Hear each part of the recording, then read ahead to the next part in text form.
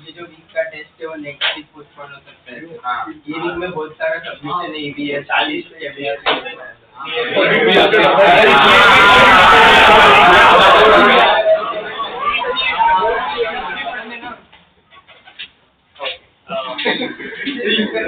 कितने लोगों को नेक्स्ट वीक चाहिए? चलेगा।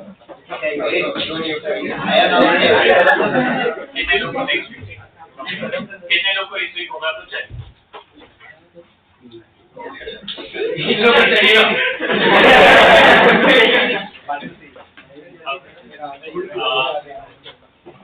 देखो इस वीक में 18 को ये एमबीआर का लेक्चर थी संडे को, तो मतलब देखो प्लान ऐसा कुछ था कि एक टेस्ट और एक लेक्चर का प्लान था इस वीक, बाकी सैटरडे भी एमबीआर का टाइमिंग लेक्चर थी है ना, और संडे को भी आपका लेक्चर था, ठीक है। टेस्ट का मैं बात कर लेता हूँ, ठीक है। नेक्स्ट संडे को क्या है आपका? एक एडवांस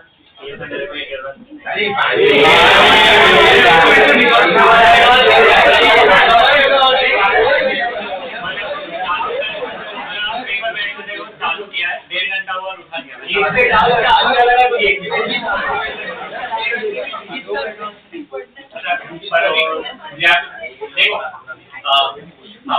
नेक्स्ट टेस्ट जो भी है का और एडवांस का दोनों वो सीधा 20 जुलाई को है, उसके पहले कुछ भी नहीं। तो वो टाइम पे आप बोल सकते हैं।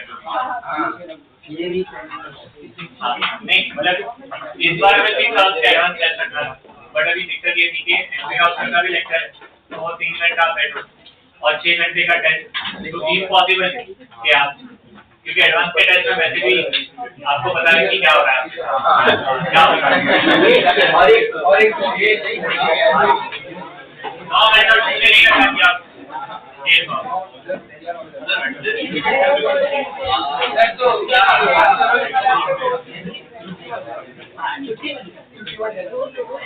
संडे को छुट्टी तो नहीं है, एमबीआर का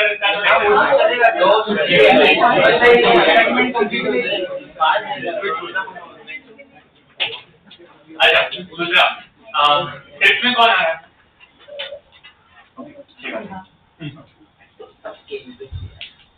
ठीक, मैं करता हूँ, ठीक है। संडे का मैं आपको बताता हूँ। We'll find a good way. Next Sunday you do not have a test, yes? No. आपका कोई online. Next Sunday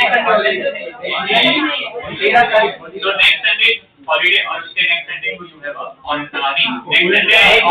next Sunday online. ठीक है, चलो सर बच्चे का बजट का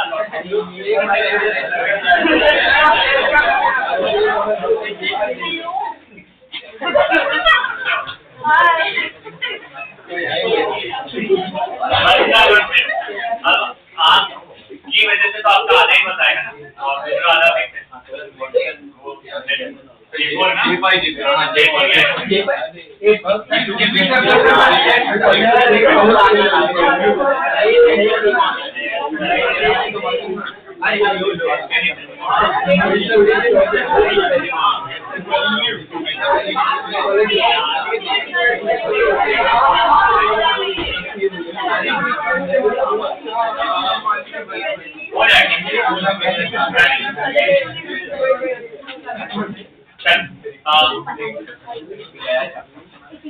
Before starting next chapter, ठीक है, एक क्वेश्चन था जो मैंने आप लोगों को एक वर्कशीट दिया था उसमें था और वो मैं कवर नहीं कर पाया बट ऐसा अपना बता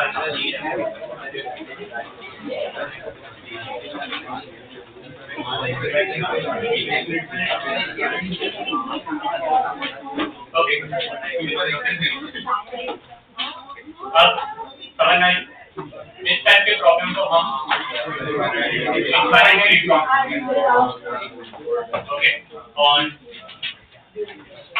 इस प्रॉब्लम को सॉल्व करने का तरीका क्या होता है। क्वेश्चन है कंसीडर करो कि यहाँ पे पॉइंट ए है और यहाँ पे पॉइंट बी है और बोला गया है कि जितने भी यहाँ पे दो पॉइंट के बीच में आप देखोगे तो रेजिस्टेंस कैपिटल आर, ठीक है।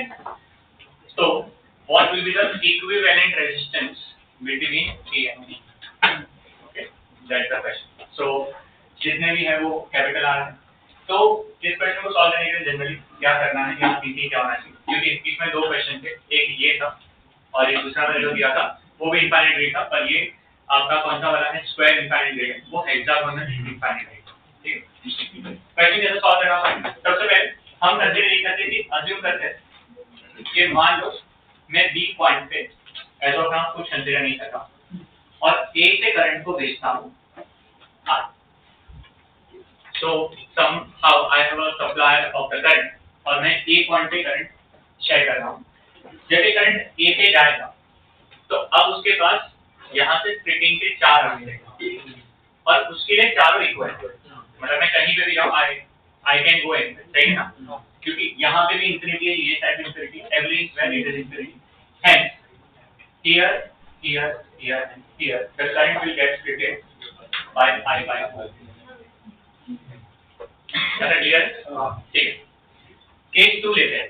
केस 2 में मैं अब वापस ये इनफाइनाइट ग्रिड बना सकता हूँ। Okay, so this is again the infinite grid और इसमें जो बी पॉइंट है, now I am going to collect the current from B point, ठीक, I am going to collect the current from B point. So जब मैं यहाँ से I collect करूंगा तो यहाँ से भी जो करंट आ रहे होंगे उसके लिए भी हर एक जगह से चेंज है। सो यहाँ से आएगा, यहाँ से आएगा, यहाँ से आएगा और यहाँ से आएगा। सो यहाँ से भी कितना आएगा,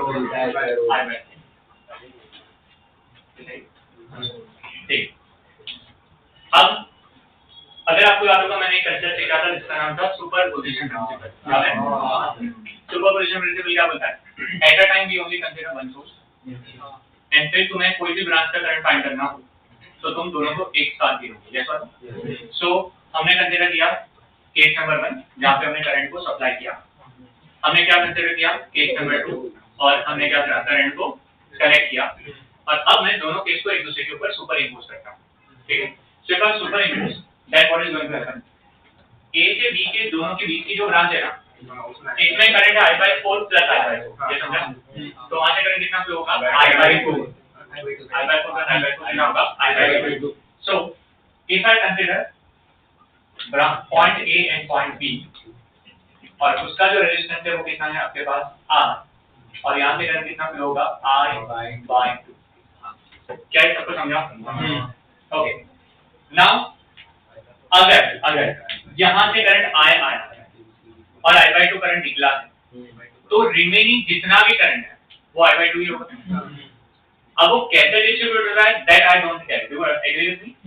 सो लेट अस से बाकी का जितना भी रेजिस्टेंस है जितना यहाँ पे वो सबका इक्विवेलेंट R डैश है, सबका इक्विवेलेंट कितना है R डैश। सो मैं यहाँ पे एक रेजिस्टेंस लगाता हूँ जिसका वैल्यू मैं लिखता हूँ क्या R डैश और अब यहाँ से भी करंट कितना जाएगा I/2।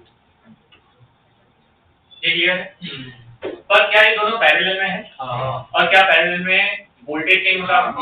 सो क्या मैं यहाँ पे लिख सकता हूँ कि इसका तो रेजिस्टेंस R ही था, सो और इसमें से करंट कितना जा रहा है I/2, तो क्या मैं बोल सकता हूँ कि I/2 into R should be equal to I/dash into R dash। सो क्या मैं बोल सकता हूँ कि R dash की वैल्यू R होगी, तो मतलब ये वैल्यू भी R आ गई। पर अब तो मुझे चाहिए क्या RAB चाहिए ना मुझे, और RAB क्या होगा, ये दोनों का पैरेलल, तो आंसर क्या हो जाएगा R into R अपॉन क्या R plus R। So the answer is going to be R/2. That's the answer of infinite difference. And you have to solve this question every time whenever any shape of infinite is given. So solve करने का तरीका क्या होगा, जैसे इसके बाद वाला question I think hexagon होगा ना, ट्रायंगुलर, वो है केमिस्ट्री। तो अगर आप ध्यान से देखोगे तो उस वाले क्वेश्चन को तो कुछ ऐसे ही दिना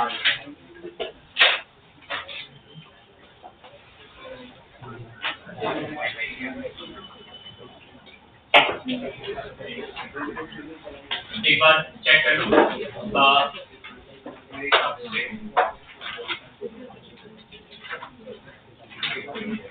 ऐसा बराबर।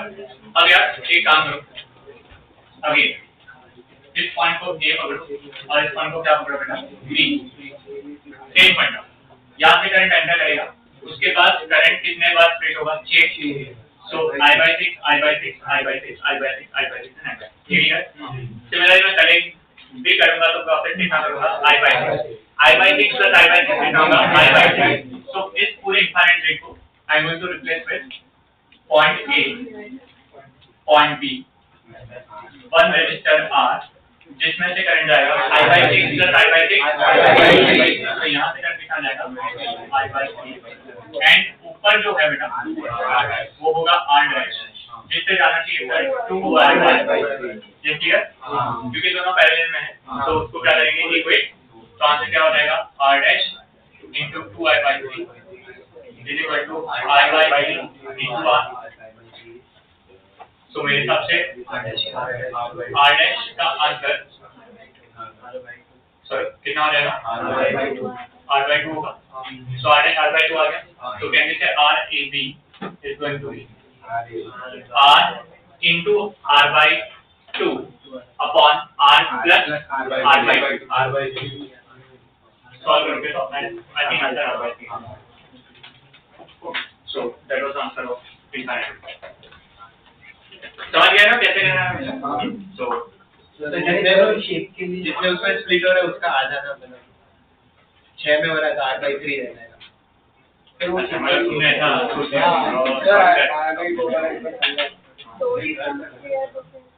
हाँ मतलब देख लो और कोई क्वेश्चन अगर ऐसा मिल जाए, मतलब मुझे तो ऐसा फॉर्म मिला नहीं बट अगर कोई क्वेश्चन, क्योंकि मैंने लास्ट ईयर एक टेस्ट सीरीज जो थी 50 की जो टेस्ट सीरीज थी उसके फाइनल पेपर में भी ये आया था, उसमें भी लेकिन उन्होंने यही क्वेश्चन पूछा सर ए और बी के बीच का रेजिस्टर निकाल और फिर उसमें एमीटर लगा दे उसके साथ, तो एमीटर का रीडिंग कैसे निकालना मॉडल में ऐसा कुछ अगर तूने एमीटर मतलब आंसर तो सेम ही आ जाएगा I/2 ही आना चाहिए। तूने अगर रजिस्टर को निकाल दिया और वहाँ पे करंट मेजर कर रहा है तो फंडा तो यही लगाएगा, यहाँ से एंटर कर रहा है यहाँ से लिंक किया तो इसमें से करंट कितना जाएगा, सो I/4 plus I/4 तो आंसर I/2 हो जाना चाहिए। हाँ वो I/2 बाकी सबको समझ गया हो ना, तो लिख के रखो अपने। हाँ मैं बताता हूँ ठीक है। एज ऑफ नाउ मैंने ए पॉइंट को ऐसा माना कि ए पॉइंट से करंट एंटर करना, ठीक है। जब करंट एंटर करेगा तो अब उसके सामने चार्ज इक्वल आते हैं तो करंट I/4 हो जाएगा। ई पॉइंट से मेरे करंट को खींचा अगेन तो वो आ रहा होगा I/4 बराबर। Now if I superimpose this two points तो टेक्निकली ए और बी के बीच में I/4 है और इसमें भी डायरेक्शन ऑफ करंट I/4 है, तो मतलब बाय सुपरपोजिशन प्रिंसिपल इस ब्रांच का करंट I/2 है। नहीं तो अलग अलग है। केस नंबर 1 कौन सा है जब तुम करंट को एंटर करवा रहे हो, केस नंबर 2 कौन सा है जब करंट को तुम ठीक है।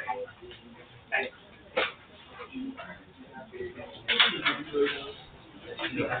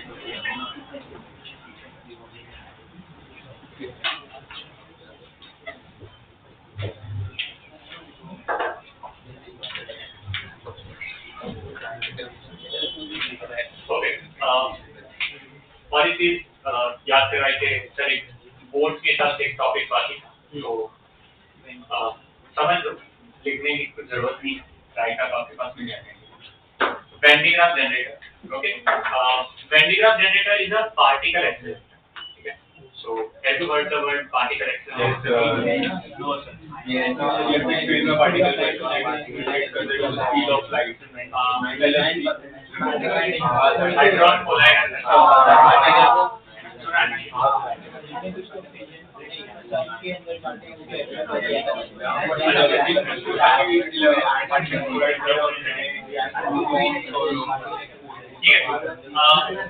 the particle accelerator which the Van de Graaff generator is not something great because ये वाला experimental सेंसर था ठीक है इसका छोटा छोटा काम इसका कोई एकदम वो वाला बड़ा काम नहीं हम और एक चीज सीखेंगे अभी ये जो चैप्टर पढ़ा रहा हूँ जिसको MEC हम अभी पढ़ने वाले हैं उसमें साइक्लोट्रॉन सीखेंगे वो काफी अच्छा खाता है वो मतलब काफी हाई स्पीड अचीव होता है this is kind of mid range और हमारा ये तो हम लेबोरेटरी में भी सेटअप कर सकते हैं और इसके एक्सपेरिमेंट बहुत फेमस है इसका जो मतलब मेंशन है वो मिस्टर बीन के एपिसोड में। मिस्टर बीन सुना है आपने? तो मिस्टर बीन एक साइंस एक्सपेरिमेंट के वाले वो फेयरवेयर में कहीं पे जाता है, तो वहां पे वो यहाँ पे उसका एक एपिसोड है and he tries to have this particular experiment, but वो अकेले उसी पे फेल होता है, बाकी सब पे चलता है। अब वो एक्सपेरिमेंट क्या है मैं समझाऊंगा। देखो बेसिकली क्या होता है, यहाँ में we have high voltage source which basically supplies the charge and the charge is supplied through a spray foam। ऐसी का नाम है spray foam। This spray foam supplies the charge on the conveyor belt। जो सीधी का conveyor belt, conveyor belt very high speed के साथ मतलब घूमता रहता है और वो स्पीड की वजह से चार्जेस के पास भी कुछ वेलोसिटी मिलती रहेगी।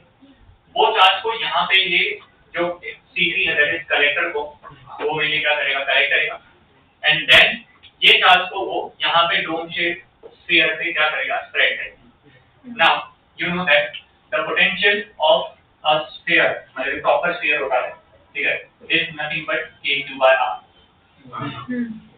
और यहाँ पे r फिक्स है, चार्ज कांस्टेंट इसके ऊपर डिपॉजिट होते ही जा रहे हैं, तो तुम्हारा जो पोटेंशियल है वो बढ़ता है ना, एंड ये बढ़ता ही जाएगा तो ऐसा हो जाएगा कि ये वोल्टेज इतना ज्यादा हाई लेवल पे पहुंचेगा कि एक पॉइंट ऑफ टाइम के बाद जो चार्ज है ना लिटरली है ना स्पार्क्स के जैसे हो सकते हैं, क्योंकि सराउंडिंग की जो एयर है उसको भी वो ब्रेक डाउन कर सकता है, बढ़ता है, तो बहुत हाई लेवल पे वो वोल्टेज बढ़ेगा।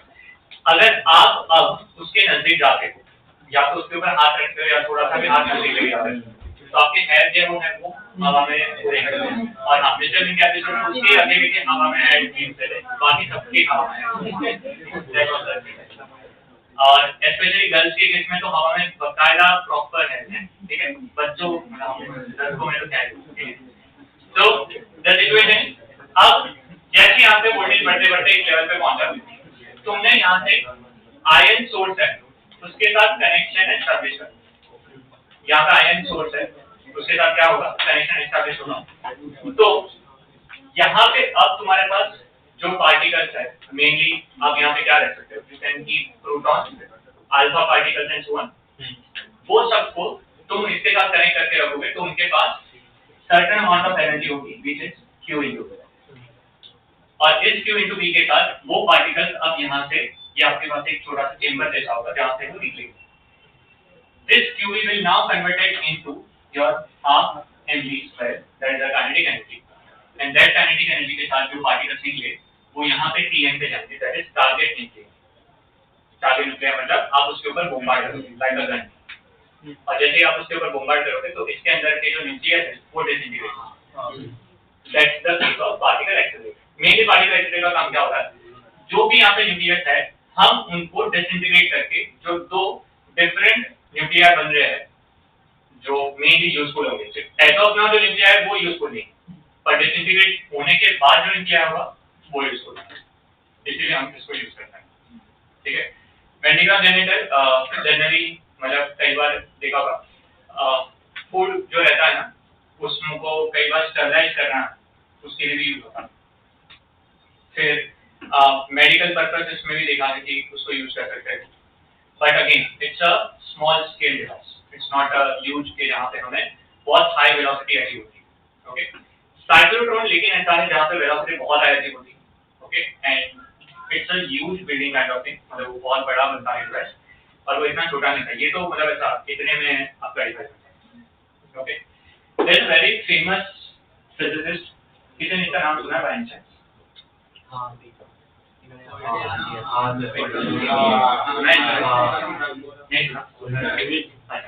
Walter Lewin is a very famous and इसने ना फिजिक्स की बुक्स भी बहुत अच्छी है, बहुत अच्छी है। इसके फ्री में सीरीज भी है YouTube पे, ठीक है, इसके फिजिक्स के लेक्चर इतने फेमस है कि आप एक बार मतलब देखोगे। इसका एक खास बात ये है कि वो उनके देखो ऑरेंज में ना इंफ्रा जोड़ा है, आप कुछ भी मानो भाई वो जो पढ़ाते हैं ना वो मतलब वो ऑडिटोरियम जैसा होता है आपका, देखा ना जनरली हम सीरीज में तो देखते ही रहते हैं, ठीक है। सो अगर आपने फ्रेंड्स देखा हो या How I Met Your Mother देखा हो तो ऐसे यू नो, ठीक है। नाउ वॉल्टर ल्यूइन मतलब ऐसे क्लास में पढ़ा रहा है and he performs all experiments in the class.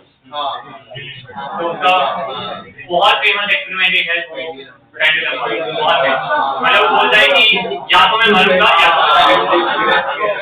And वो ही देयर एट द और वो छोड़ता है एंड वो बोला कि मुझे कुछ नहीं होगा और सच में वो यहाँ पे जाके वापस उसने ये परफॉर्म किया है ये परफॉर्म पेंडिका ऑलमोस्ट वो सब करता है। अगर वो वेव्स पर आता है तो वो स्टेशनरी वेव्स के सारे एक्सपेरिमेंट खुद करता है ना। तो बस वही तो हम चाहते हैं कि फ्यूचर में आप कुछ अच्छा करो हमें फंडिंग देना, ठीक है।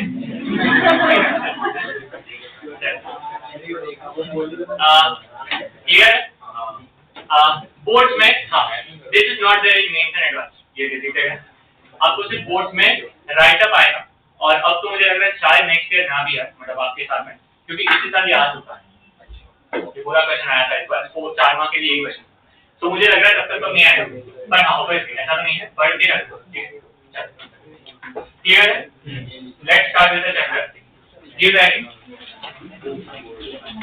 Magnetic effect of electric current.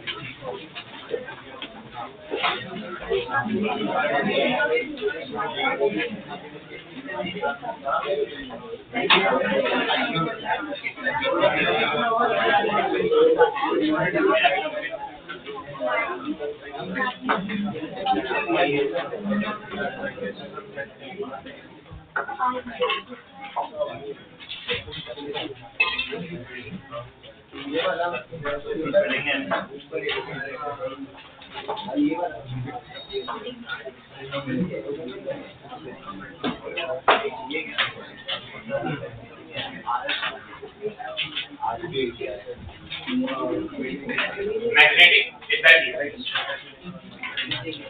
of electric current.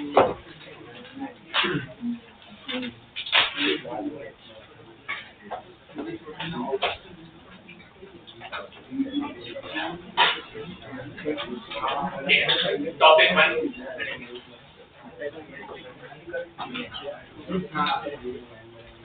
Topic 1.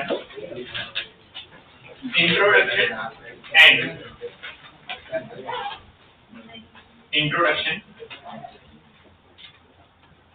and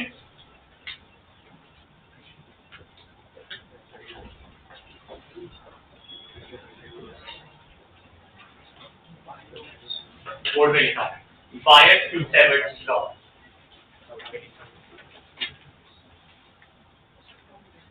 Introduction and Fire-Savart's law.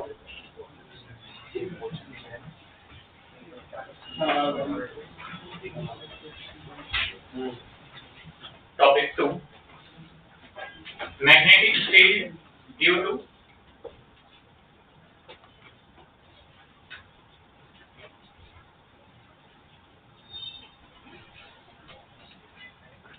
infinite wire,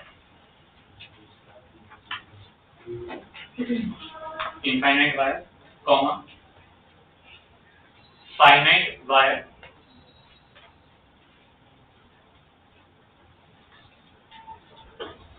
arc, arc, comma, center of circular loop,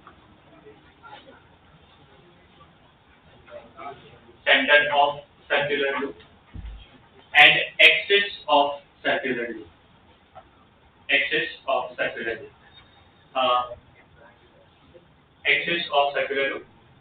electro के फॉर्मूलास काफी कुछ याद आएंगे।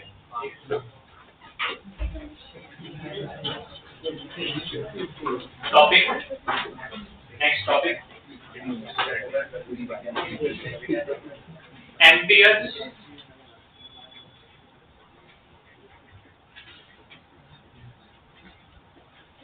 circular law,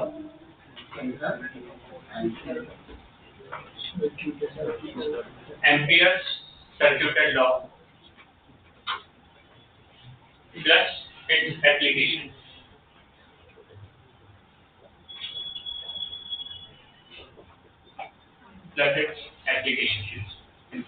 ब्रैकेट में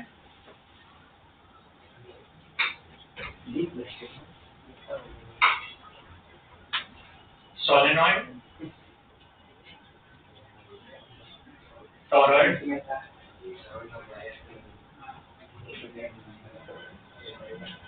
special cases. ये लास्ट वाला part exclusive advance, बाकी को नहीं। Next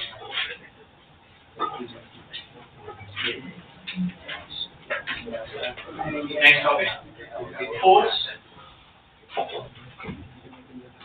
next topic special case के साथ जो हमारे को specifically advance. Next magnetic force on, चलेगा फोर्स भी लिखूंगा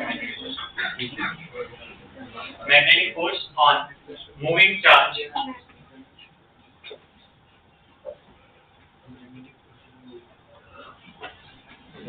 in uniform magnetic field.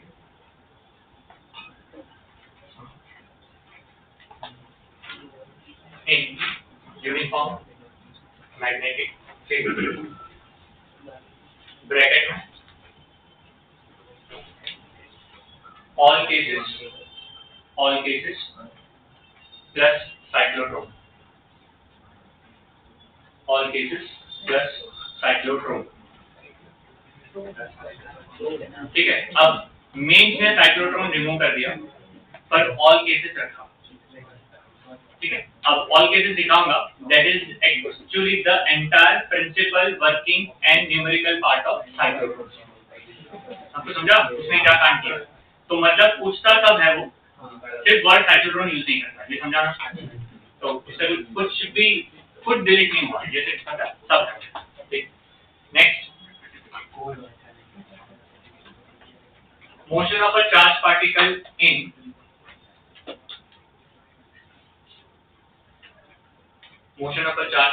in combined electric and magnetic field.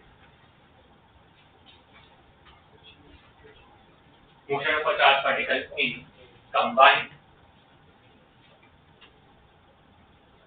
electric and magnetic field. Bracket में लिखो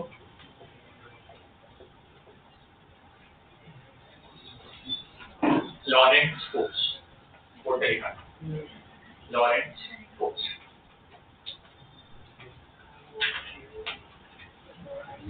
अच्छा, ये जो पॉइंट है ना, सिर्फ पॉइंट, इसके बारे में स्टार्ट कर दो। पूरे चैप्टर का सबसे हैवी पार्ट ये है, बिकॉज इसमें वो चाहे वो कर सकते आप, क्योंकि मैग्नेटिक और इलेक्ट्रिक फील्ड दोनों साथ में है एंड एवरीथिंग अब 3D में जाएगा। ठीक है, अभी तक 2D था, अब 3D जाएगा और 3D विजुअलाइजेशन यहाँ पे बहुत दिक्कत है। तो इसमें ना एडवांस के पर्सपेक्टिव से सब मेंस में बहुत बेसिक आता है, तो मतलब मेंस का इतना इजी है कि कुछ भी करनी है, एडवांस बहुत हाई लेवल है। नेक्स्ट, उसके बाद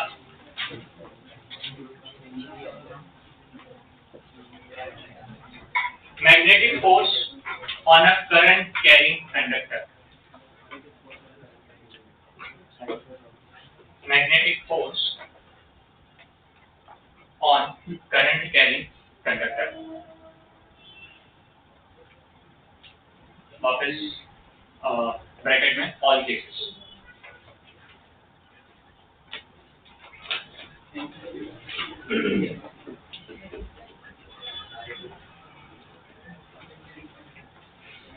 Next, magnetic force between two parallel current carrying wires.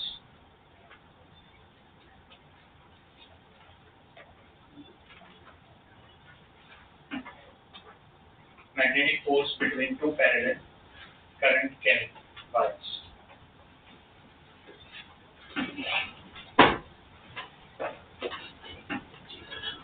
Next,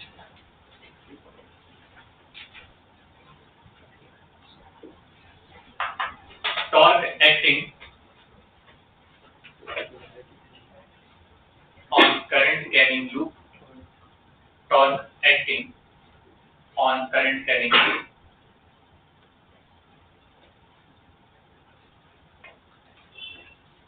broadcasting on current Telugu, comma, magnetic dipole moment, magnetic dipole moment, and magnetic potential energy, and magnetic potential energy.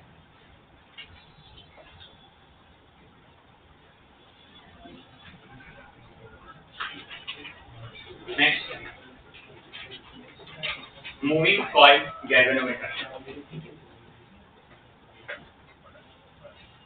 उसको पर इसका construction, moving coil galvanometer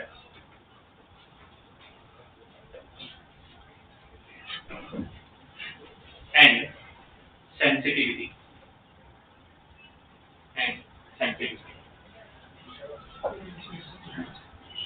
That's it. Chapter is done.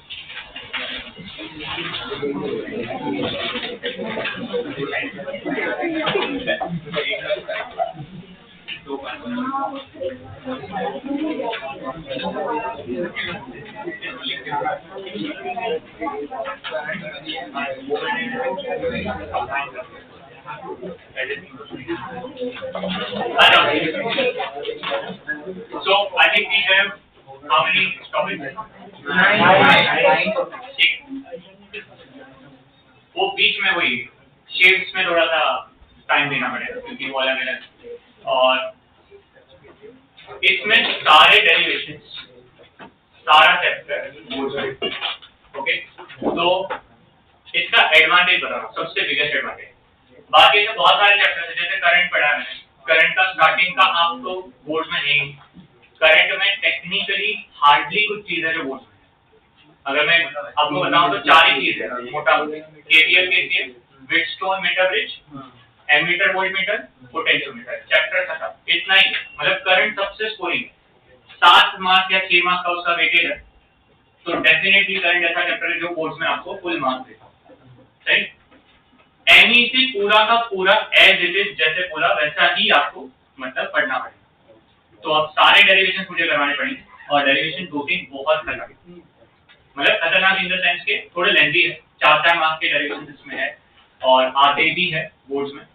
सो जैसे हम I think topic 2 में रहेंगे, क्योंकि topic 2 में सारे शेप्स है ना, सारे शेप्स के डेरिवेशन हमें करने हैं, ओके। सो हम लिखेंगे ऐसे, पहला टॉपिक आज स्टार्ट करते हैं। टॉपिक का नाम दो introduction and fire test.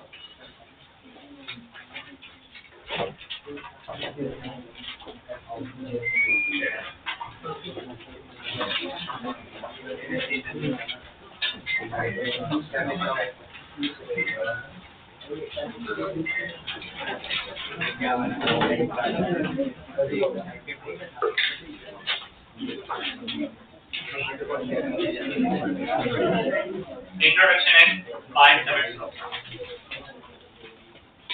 Okay. Start करते हैं पॉइंटर एज यूजुअल जो हम लिखते जाते हैं। अच्छा, बिफोर स्टार्टिंग आपके हिसाब से how was current electricity as a chapter? मतलब डूएबल ना? मतलब as of now confidence mains के हिसाब से है, ठीक है। एडवांस में हो सकता है थोड़ा प्रैक्टिस की जरूरत पड़ती है, बट मेंस लेवल पे तो I don't think so issue होगा, ठीक है। पर हां प्रैक्टिस और करो, अदरवाइज चैप्टर बहुत रिवॉर्डिंग है। इस साल भले वेटेज कम हो, but that does not mean कि आपके साल वेटेज कम ही होगा। लकीली ऐसा भी हो सकता है कि आपके चैप्टर में वेटेज बढ़ जाए और अच्छे 3-4 क्वेश्चन भी आ जाए, तो अच्छी बात है। मेरे हिसाब से ये भी चैप्टर बहुत इंपॉर्टेंट है, क्योंकि ऐसा एडवांस का कोई साल नहीं है जब इसका क्वेश्चन नहीं आता, मतलब फिक्स है। एंड मेंस के हिसाब से भी टॉपिक्स कम है, स्टैंडर्ड है, तो कोई कोई चीजें ऐसी है कि वो फॉर्मूला बेस्ड ही आती है, उनको पता है कि थोड़ा कॉम्प्लेक्स हो जाता है, तो they directly ask with respect to क्या formula. If you want to master this particular chapter, एक ही चीज पे फोकस करना, डायरेक्शन अंडरस्टैंडिंग, जो भी मैं पहले अभी लेक्चर में इंट्रोड्यूस कर रहा हूं। How to find out the direction of magnetic field, if you understand this then I think it is not going to have any issue in the future, ठीक। चल स्टार्ट करेंगे, देखो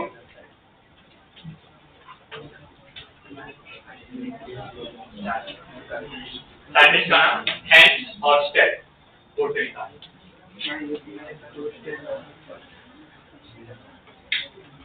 हंस मतलब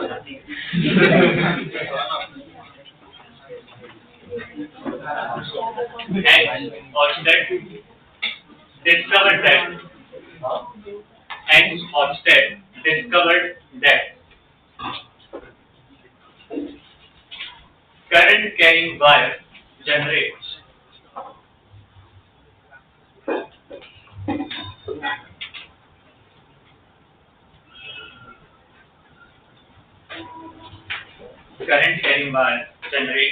magnetic field around it. Current carrying wire generates magnetic field around it. Point number 2.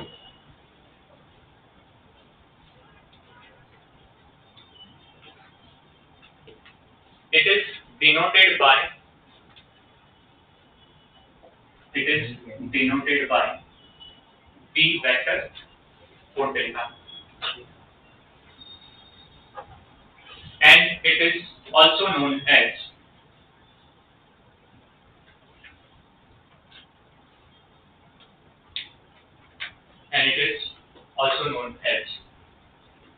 magnetic induction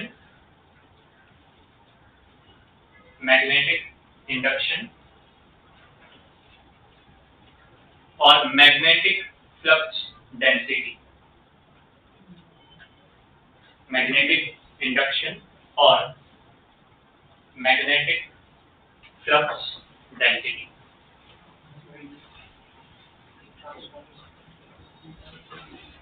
Third point.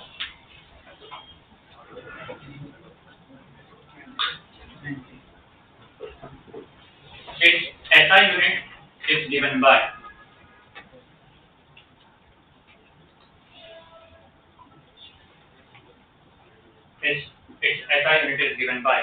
Tesla, bracket में capital T,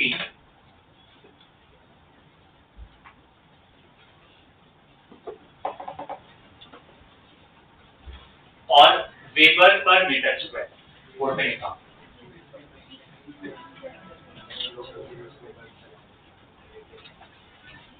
weber per metre square.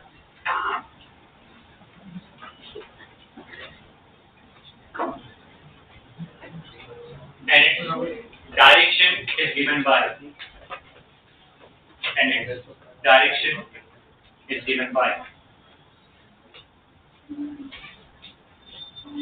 right hand thumb rule. And its direction is given by right hand thumb rule.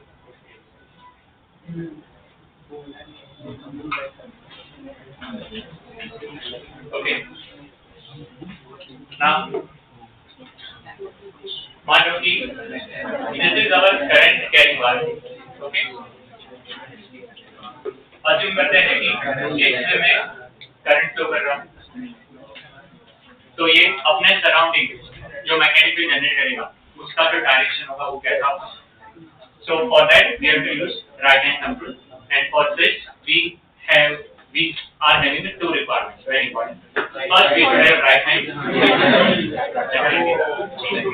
and second the knowledge which is right hand. Now समझना right hand thumb rule ठीक है, इतना दिक्कत नहीं देता। Fleming जब enter करेगा ना और आप सुन के आते हैं, क्योंकि फ्लेमिंग के दो रूल और एक अब दोनों में से एक यूज होगा यहाँ पे और दूसरा यूज होगा EMI, और आप जो कंफ्यूज हो गए, ठीक है, मैं आपको नहीं समझेगा कि भाई मैं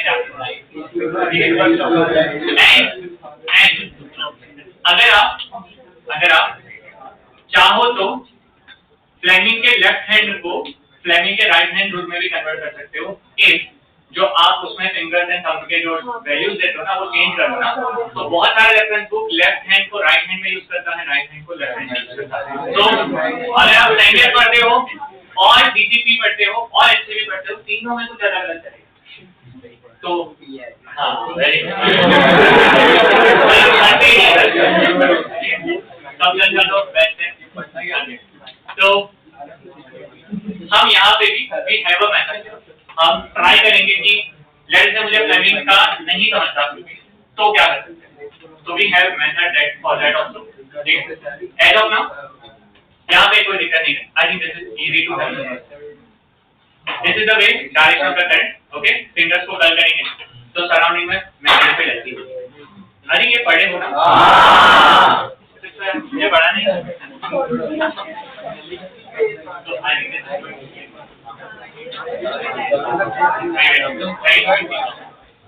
नाउ ये मैग्नेटिक फील्ड जो अभी सराउंडिंग में है, इसमें एरो ऐसा क्लियर प्रॉब्लम है। ये बाहर को तुम as of now plot 2D में कर है ना, और ये जो सर्कल है वो 3D मतलब इस प्लेन का पार्ट है। अब मैं इसको तो यहाँ पे ड्रॉ नहीं कर सकता, और मैं बता मतलब जैसे ड्रॉ किया है जनरली क्वेश्चन में ऐसे कभी भी ड्रॉ नहीं करेंगे, तो वो नोटेशन यूज करता है। सो नोटेशन क्या है वो समझो। अगर मैग्नेटिक फील्ड इस प्लेन के अंदर जाओ तो we are going to use cross, और अगर मैग्नेटिक फील्ड इस प्लेन के बाहर आता है तो we are going to use dot. So meaning of cross is going into the plane, and dot का मतलब है coming out of.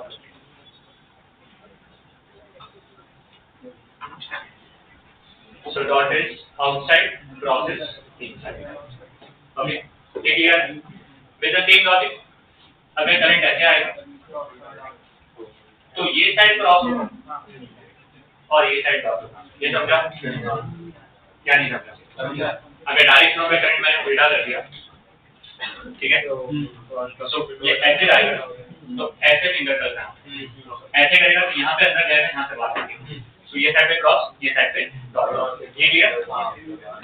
अब समझो, ये इतना तो पागल नहीं है कि चलो एक बार देके बोले बताओ, और मैं इतना तो हाई फिंगर थोड़ी करूंगा कि यार है ना कि आपको डायरेक्शन में दिक्कत आ रही है। तो जनरली वो क्या करेगा, ये इसके बाहर के जो करंट कैरिंग बार है उसके शेप्स को वो अलग अलग पॉइंट पे मोड़ेगा, बताया, और मोड़ेगा तो मोड़ेगा बट वो एक प्लेन में नहीं मोड़ेगा, वो 3D में मोड़ेगा। तो अब generally what they do is this, मान लो तुम्हें पता है कि x y z ऐसा है जैसा, सो पहले वो करंट को ऐसे ले जाएगा, फिर यहाँ से सर्कल में जाएगा, और फिर यहाँ से पीछे जाएगा, और फिर यहाँ पे पहुंचेगा, और फिर पॉइंट में बोलेगा बताओ मैं कैसे करती हूँ, या फिर ये पॉइंट। अब ये पूरा 3D विजुअलाइजेशन तो समझा, किसी में वो नीचे वाले प्लेन में जा रहा होगा, किसी में वो वाले प्लेन में जा रहा होगा, किसी में ऊपर जा रहा होगा।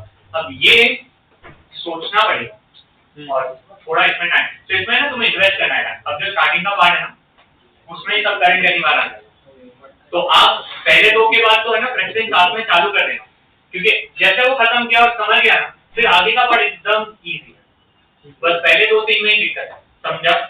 ठीक है, तो धीरे धीरे करके इंट्रोड्यूस कर देंगे। This is into the plane, this is out of the plane. By the way cross dot के लिए मैंने एक चीज ऐसे सोची थी कि by cross and by dot, मतलब क्यों इनटू द प्लेन को क्रॉस बोला, क्यों बाहर वाले को डॉट बोला।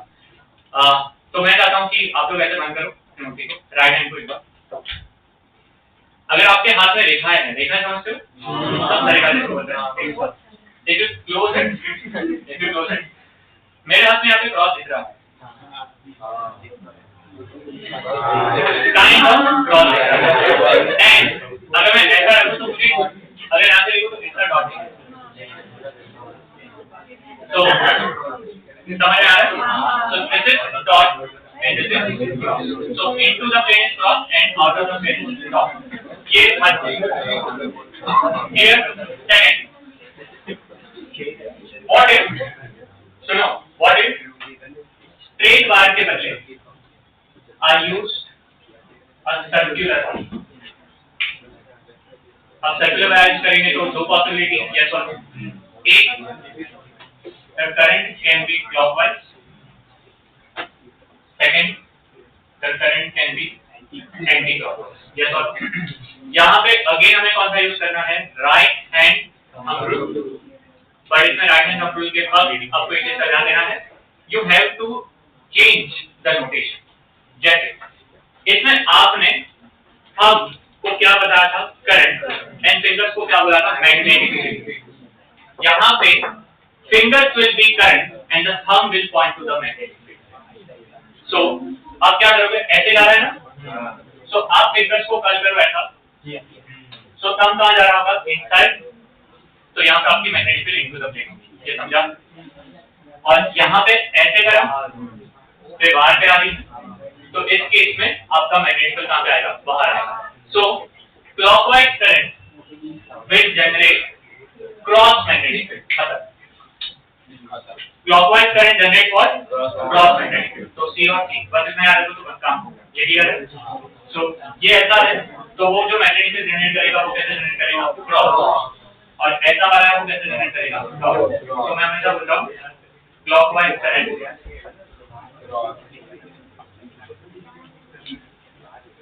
Generate cross magnetic field and anti clockwise current generate dot.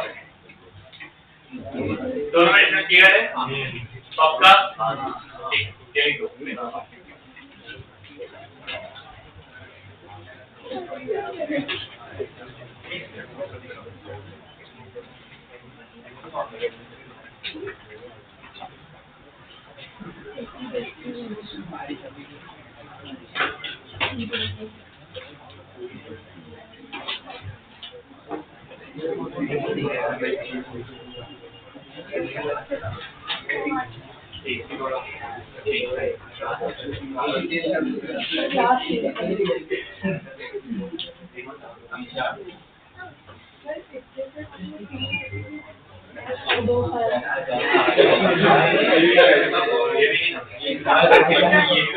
दो ही ना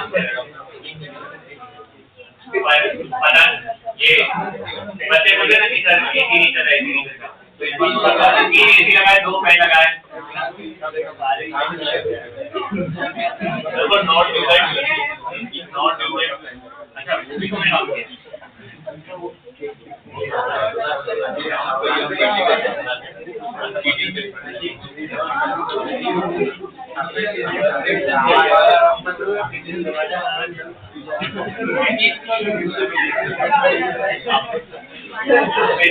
मैंने आए में बाद में बताया वो काम एमबीए का, तो उनका यहाँ पे उन्हीं का इसके ऊपर भी तो उनका यहाँ पे वो रहता था माइंड फिगर सिस्टम।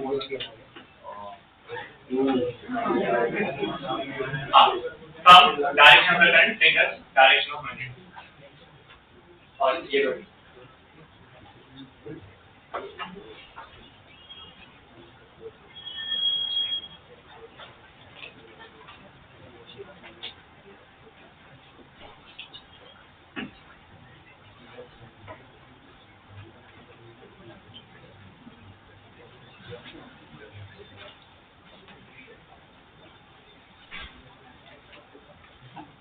हो गया।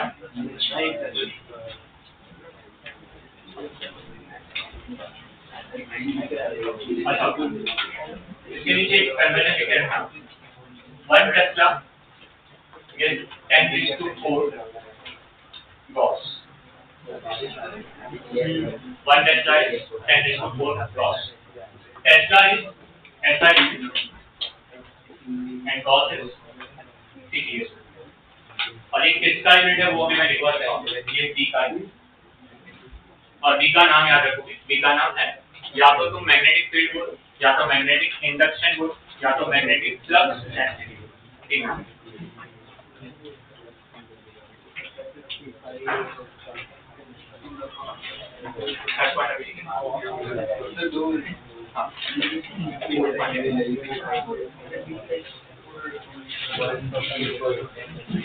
अनेक का मैग्नेटिज्म स्टार्ट हो,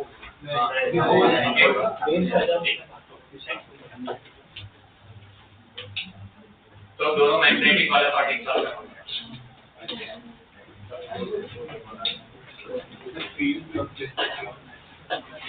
flux density induction.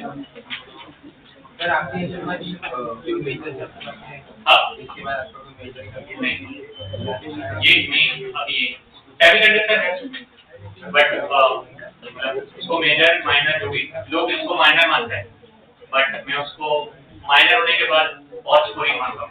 एक्चुअली ये problem semiconductor is not there in advance, it is only there in mains. Only chapter जो आपको मेंस में एडवांस है पर बहुत स्कोरिंग.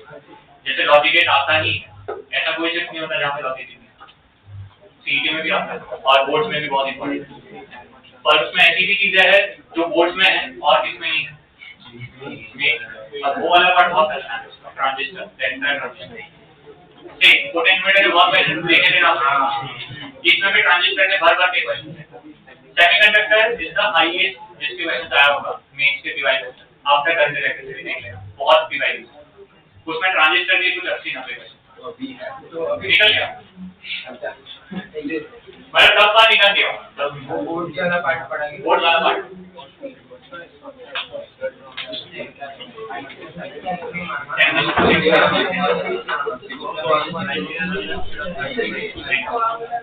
उसके लिए बहुत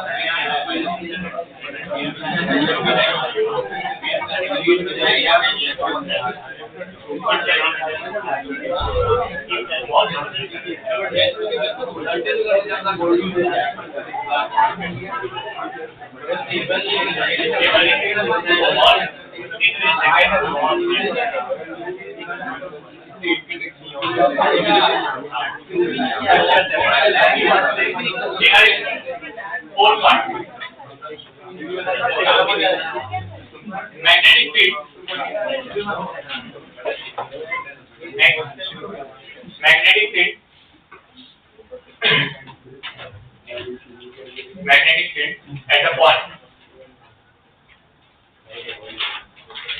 Magnetic field at a point due to moving charge.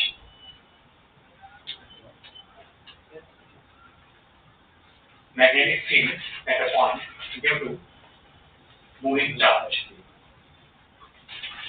is given by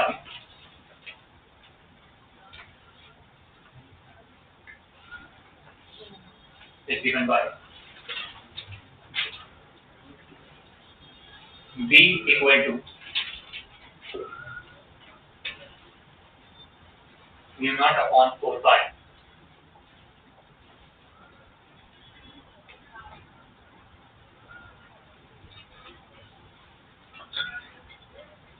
QV sin theta by R square. QV sin theta by R square. इसमें ये डायग्राम बना के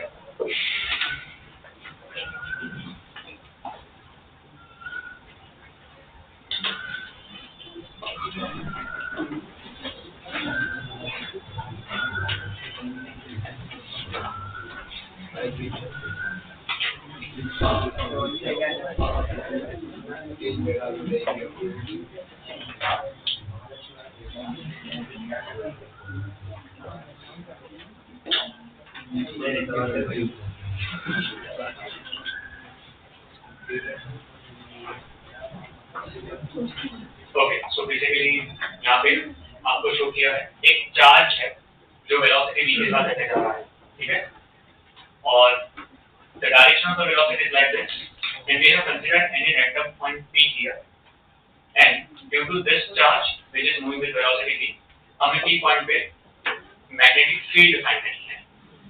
तो magnitude of that magnetic field is given by this mu naught by 4 pi. क्या लिखा हुआ है ये b sin theta by r. Okay, r is obviously the distance between the point p and the charge. Okay, this is the direction of the velocity. समझ में आया? Okay. Now सबसे main important बाकी सब तो समझ में आया. एक ही चीज बची है जो कौन सी है? mu naught. So I think I should write mu naught is absolute permeability. इसका नाम है absolute permeability. The last symbol kind final physics का हम एंड पे आ गए। एब्सोल्यूट परमियाबिलिटी, हमने परमिटिविटी सुना था, बस परमिटिविटी का भाई है। लेट मी इसका सिनोनिम, परमिटिविटी का मतलब परमियाबिलिटी, परमिटिविटी यूज नहीं कर सकते थे, हेंस वी यूज परमियाबिलिटी।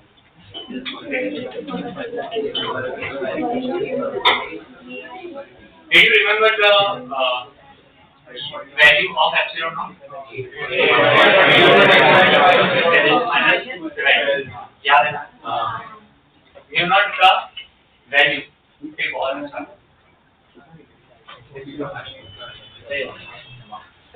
क्या है? 4/2 10 raised to minus 7. Now the best part, 4/2 का तो again कैलकुलेशन में बहुत आता है, सिर्फ पावर ही आती है। एटलीस्ट उसमें तो 9 भी आता है, इसमें 9 भी only 10 raised to minus 7. Okay, but I think you will agree that magnetic force and the field weak है compared to electrostatic, बहुत weak है क्योंकि यूनिट पावर इनटू -7 प्लस 9। अच्छा, ग्रेविटेशन से थोड़ा बेटर है क्योंकि वो -11 है, तो थोड़ा उससे बेटर है। ओके,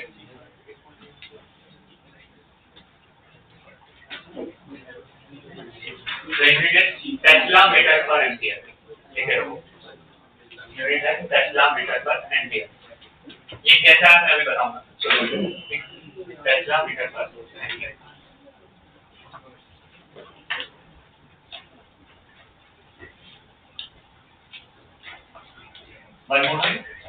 ये फॉर्मूला तो ऑब्वियसली यूज करोगे जब तुम्हारे पास वैक्यूम होगा, पर हो सकता है कि वैक्यूम ना हो और मीडियम, अगर मीडियम आएगा तो म्यू नॉट के साथ एक मल्टीप्लिकेशन का फैक्टर आता है, जैसे वहां पे एप्सिलॉन नॉट के साथ क्या था, एप्सिलॉन आर, वैसे म्यू नॉट के साथ ये बिहेव नहीं माना जाता।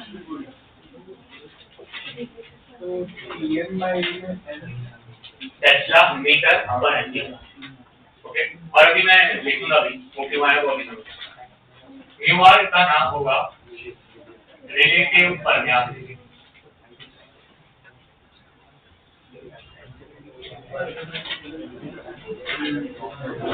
म्यू आर का नाम है relative permeability. Again mu R की वैल्यू भी 1 है for vacuum.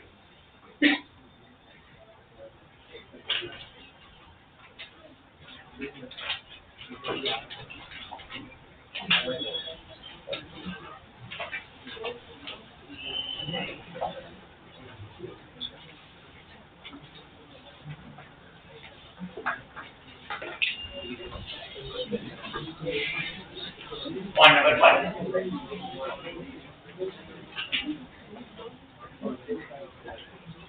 Magnetic field at a point. Magnetic field at a point due to magnetic field at a point due to current carrying wire. Magnetic field at a point due to current carrying wire of any shape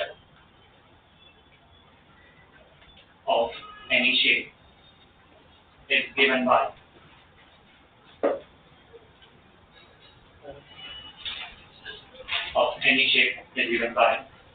Bayer-Savart's law. Is given by Bayer-Savart's law. I think वो मैंने लिखा था ना, Bayer-Savart's law.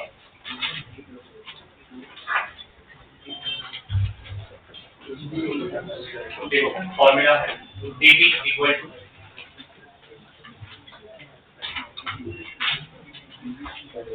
Mu naught upon 4 पाई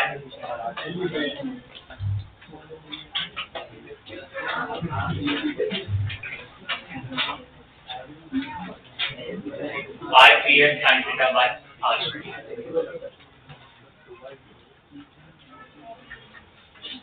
ठीक है, dB equal to mu naught upon 4 pi r ps sin theta by r square.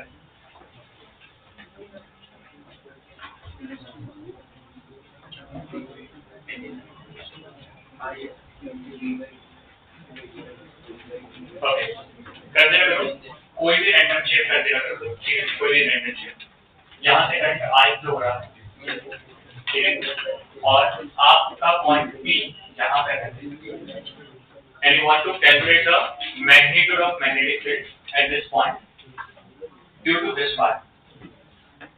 तो उसको solve करने के लिए आपको सबसे पहले इस बार को छोटे-छोटे पार्ट में डिवाइड करना पड़ेगा।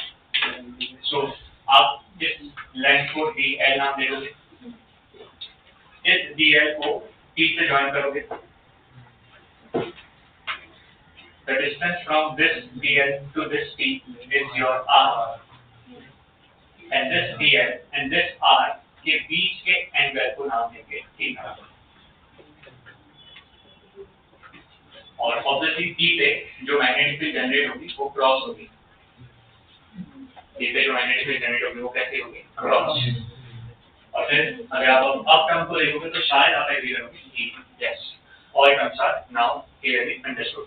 करंट I है, dl स्मॉल लेंथ है, sin थीटा जिसमें थीटा क्या है आपका, the angle between dl vector and r vector, and last but not the least r क्या है आपका, डिस्टेंस। इसलिए अगर मैं इसको वेक्टर फॉर्म में लिखूं, दैट इज dv वेक्टर, तो मैं चाहूँ तो ऐसा लिख सकता हूँ, that is mu0/4 pi, I will remain as it is, bracket में dl vector cross r vector upon r cube, that's the vector form. जब आप मैग्नीट्यूड लोगे तो ऑटोमेटिक एक r कैंसिल हो जाएगा।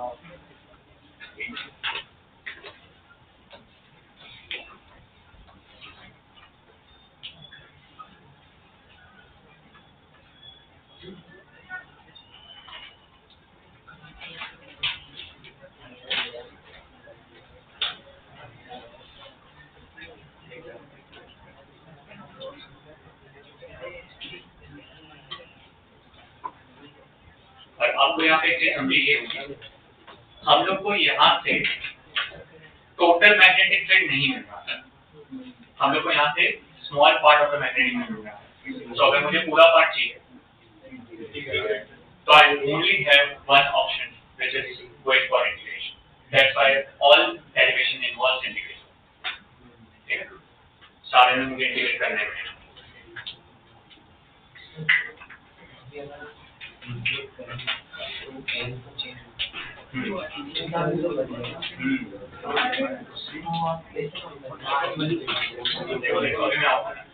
अब देखो एक चीज समझो, जब हम कोई भी चीज करेंगे, हमारे पास there will be certain conditions for which we are going to find out, बराबर ना?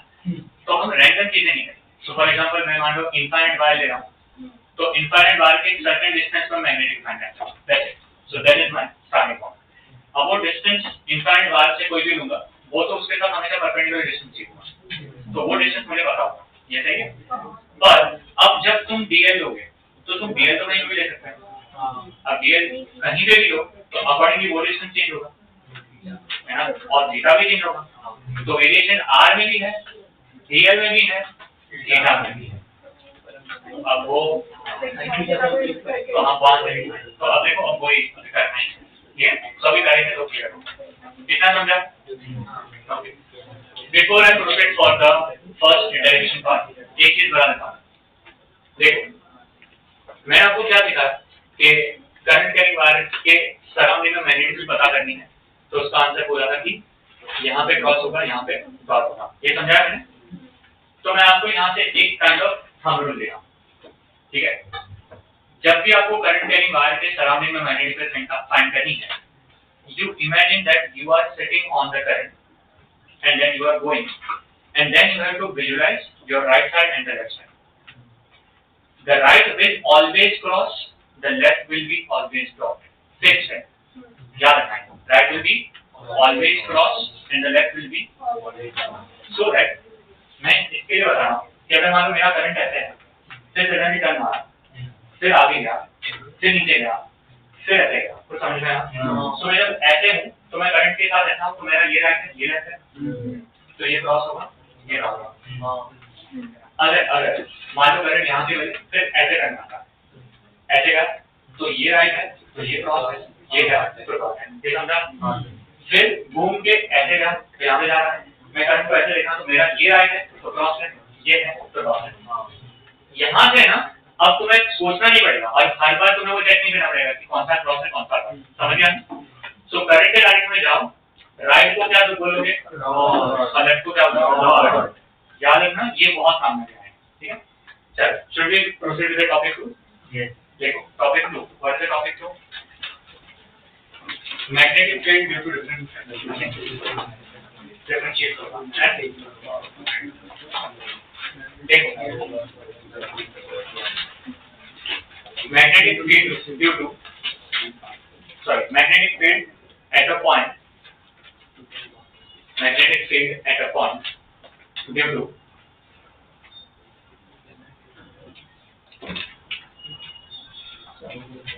infinitely long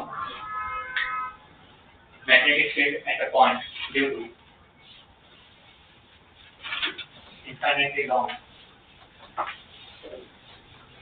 current carrying straight wire.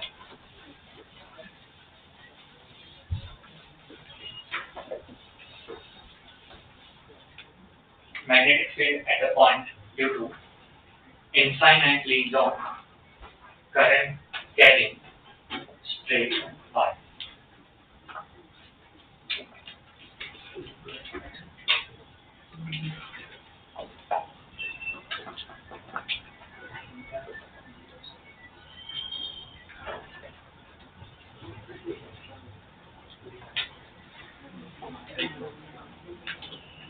Okay, अब मैं चाहता हूँ कि फॉर द नेक्स्ट 5 मिनट्स आप ध्यान दो और आप भी मुझे अब थोड़ा बताते रहना क्या करना चाहिए आपके लिए, ठीक है।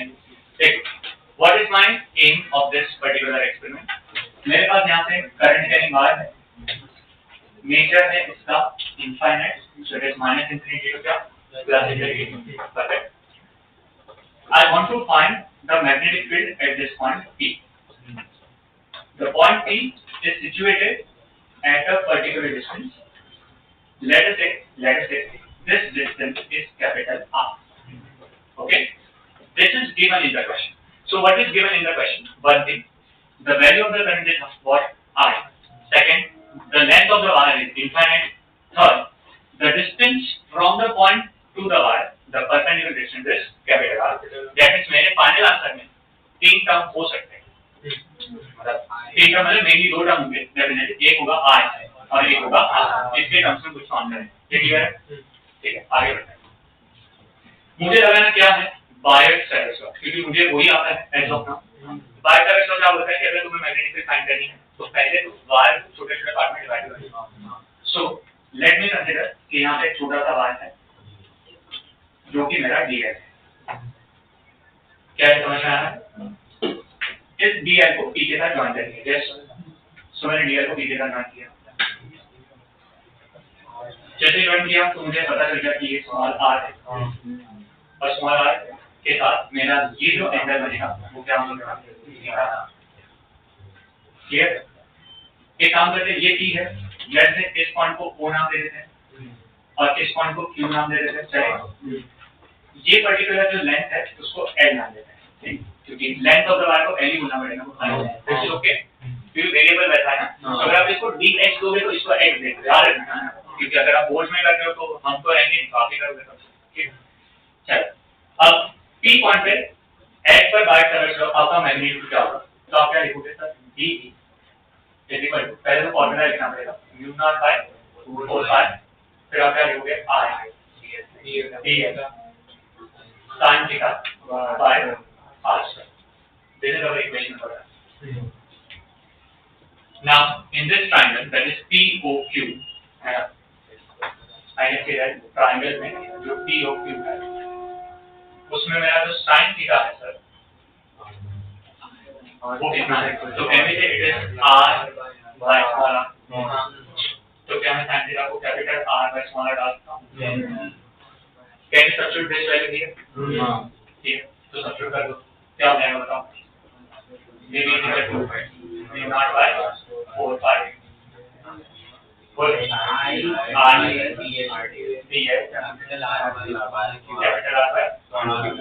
small r cube. Again, क्या मैं पाइथागोरस लगा सकता हूँ? So if I apply the Pythagoras theorem, so this is 2 and this is 3.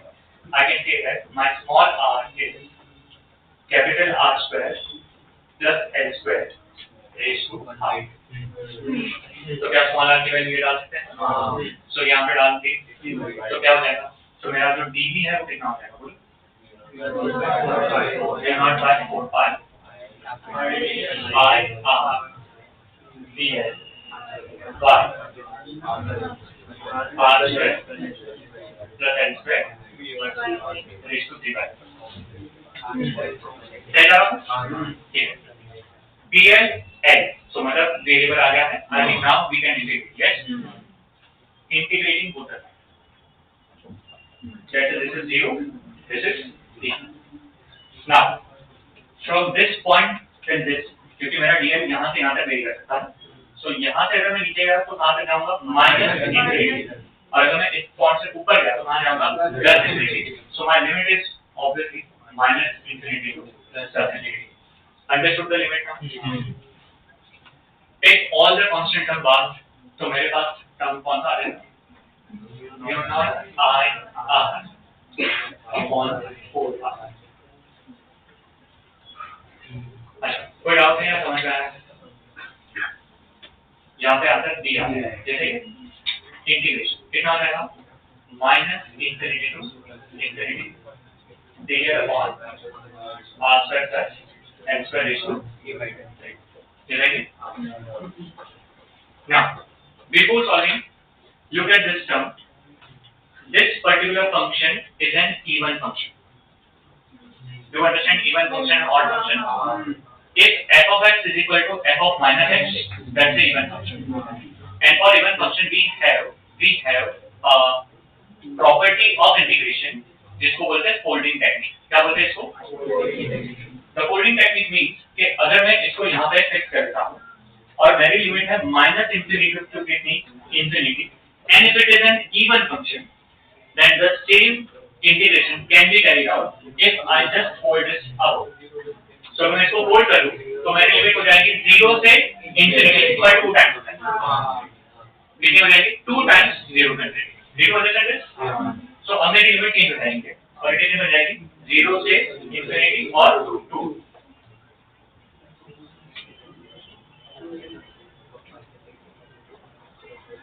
So this will become 0 से infinite dl upon क्या?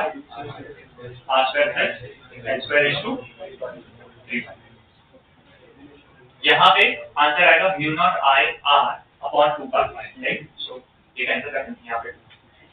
ओके, इसके आगे मैं आपको कराऊंगा हम क्या करेंगे, क्योंकि आप एडवांस बैच में कोई नहीं है, हम आंसर लास्ट तक लेके बोर्ड में क्या करना है वो भी मैं बताऊंगा. ठीक है, तो बोर्ड में इसके बाद क्या करना है, मैं जो लास्ट स्टेप लेऊंगा जस्ट उसके ऊपर वाला स्टेप लेना है और फिर आगे समझो.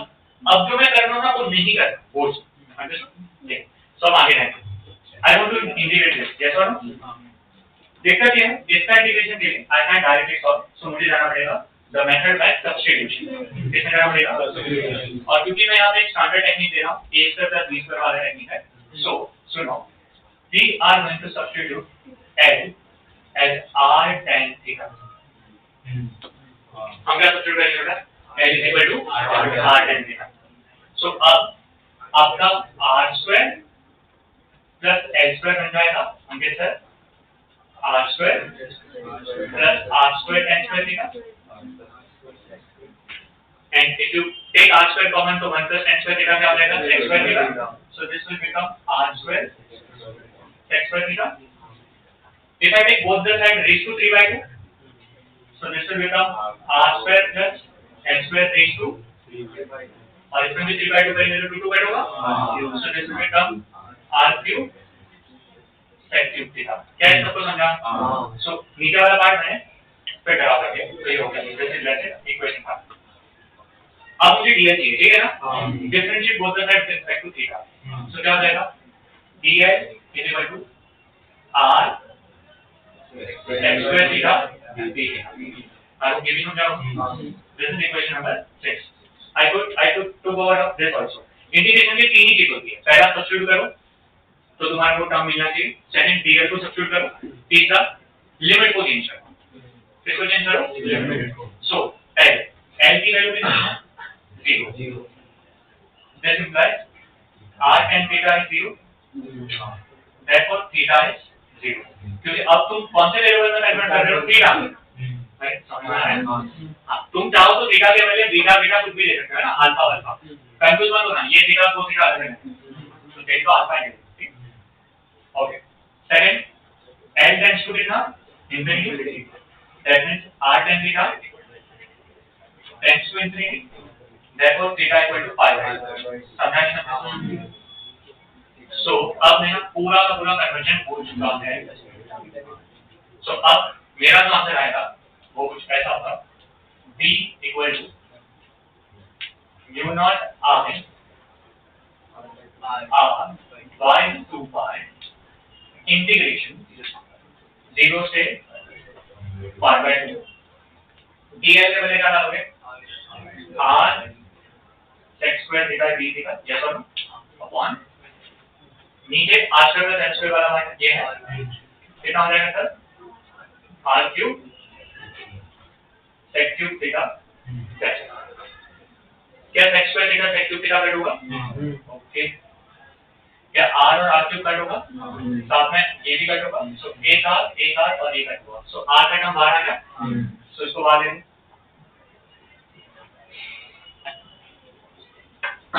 क्या दिया है अच्छा 1 upon sec theta becomes cos theta so 0 से pi by 2 कितना आएगा cos theta cos theta का इंटीग्रेशन sin theta में pi by 2 और 0 डालोगे तो बन आएगा so final answer is the बाहर वाला time it is mu naught r okay so this is the answer of mu naught r okay electric field due to infinitely long conductor is 2k lambda by r k के बदले 1 upon 4 pi epsilon naught r तो answer आएगा lambda by 2 pi epsilon naught r है ना similar 2 pi r का term से lambda के बदले आया क्या the only difference is epsilon naught नीचे है mu naught ऊपर है वो हमेशा होगा क्योंकि हमारे लिए फॉर्मूला में mu naught सारे फॉर्मूला में बस उल्टा उल्टा कर आंसर आ जाएगा हां यस नाउ अब सुनो बहुत अच्छा क्वेश्चन है कल का सर आपने बोला यहां तक लिखोगे फिर बोर्ड में कहां बोर्ड से क्या करना है अगर याद हो सकता है मतलब आपको अगर तब तक तो इंटीग्रेशन आ ही जाएगा तो ये याद है तो लिखो तो वो बहुत खुश होंगे बोर्ड वाले कि बच्चा जबरदस्त है नहीं याद है तो बोर्ड खुद बोल रहा है तुम लिखोगे बाय इंटीग्रेशन सुनना देखो स्मार्ट हो ना you are given that yes और तुम्हारा आंसर इसके बाद कितना आ चुका है mu naught I R upon 2 pi समझ में आ रहा है तुम्हें पता है तुमने आंसर क्या किया mu naught I by 2 pi R तो इसका इंटीग्रेशन का आंसर 1 बाय r स्क्वायर आना चाहिए कितना आना चाहिए तो जिसके बाद लिखना है by integration this will be 1 by r square खत्म next step last step mu naught I by 2 बस इतना ये सब स्किप होगा और बोर्ड स्कूल बोलता है बोर्ड से भी जब इसका डेरिवेशन दिया है टेक्स्ट बुक में इसके बाद डायरेक्ट लिखना है by integration this value is 1 by r square और ये पूरा बाद में डेरिवेशन खत्म होने के बाद एक ब्लू बॉक्स में दिया कि हाँ जो बच्चों को चाहिए सीखना है तो सीखो ठीक है this derivation comes for 4 marks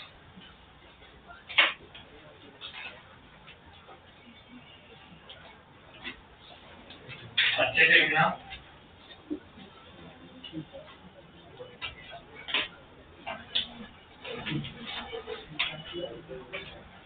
अच्छा नेक्स्ट लेक्चर में दैट इज कल ही हमारा है यार मॉडल लेके आना सर मुझे सम सीरीज कल मॉडल लेके आओ बाकी तो हो गया मैंने थैंक यू अभी बताओ ग्रुप पे आज ट्राई करता हूँ रात तक ही आ जाए चलेगा तू लेके आ